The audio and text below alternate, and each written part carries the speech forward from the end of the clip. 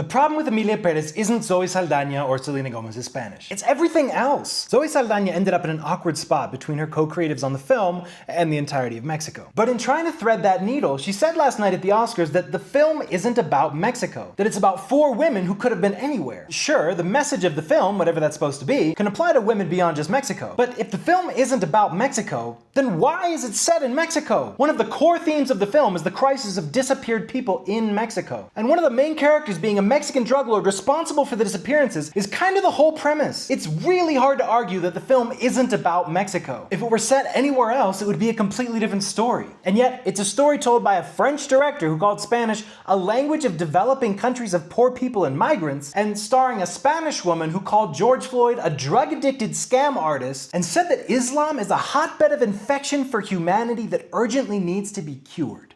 And this white savior French lady, whose best original song acceptance speech was about the importance of condemning corruption in Mexico. I just have no words to describe how surreal and tone-deaf that is. On top of the fact that this song won over Elton John. I want to give an example of what this whole situation would be like if the roles were reversed. But the truth is, I literally can't. Because if a mildly successful Mexican director you've never heard of made a movie like this about France, protagonized by a Belgian, a French-Canadian, and Timothée Chalamet, it would never be accepted into festivals and you would never hear about it. Because all of the world's most prestigious film festivals are in the US and Europe. It's obvious that Emilia Perez was nominated and praised by people who know very little about Mexico, and so thought that Emilia Perez was a bold and truthful depiction of Mexico, which would almost be laughable if the topics Emilia Perez exploits weren't at their core very serious and very painful. But for someone who has no connection or personal experience with these topics and seemingly got all of their information about Mexico from American movies and news, to try to tell the world about Mexico and then say that the movie isn't about Mexico, I mean, do I need to say more? Emilia Perez deals with very sensitive issues which it seems not to understand on any meaningful level. The titular character starts out as a male character who's portrayed as a bad guy. But when she undergoes her gender affirmation, she suddenly feels bad about all the horrific things she's done and tries to put a band-aid on all the lives she herself willingly destroyed. It just doesn't even approach being enough. Look, I believe everyone has the right to consider telling any story they feel moved to tell. But if you're telling a story that is in no way your own, then there are some extra considerations you should really give some thought to. Why are you telling this story? What message do you hope to convey? Are you doing all you can to be as faithful, sensitive, and truthful as possible? Are you portraying the people you're using for your narrative in a way that benefits or uplifts them? Or are you just taking advantage of someone else's reality without knowing or suffering any of the consequences? Look, I'm an immigrant to Mexico. I'm obviously not the most important person to listen to about this, but getting to be a part of actual Mexican cinema has been an immense honor to me. Hopefully by talking about this, the story can reach a broader audience. As always, tell me why you agree or disagree in the comments.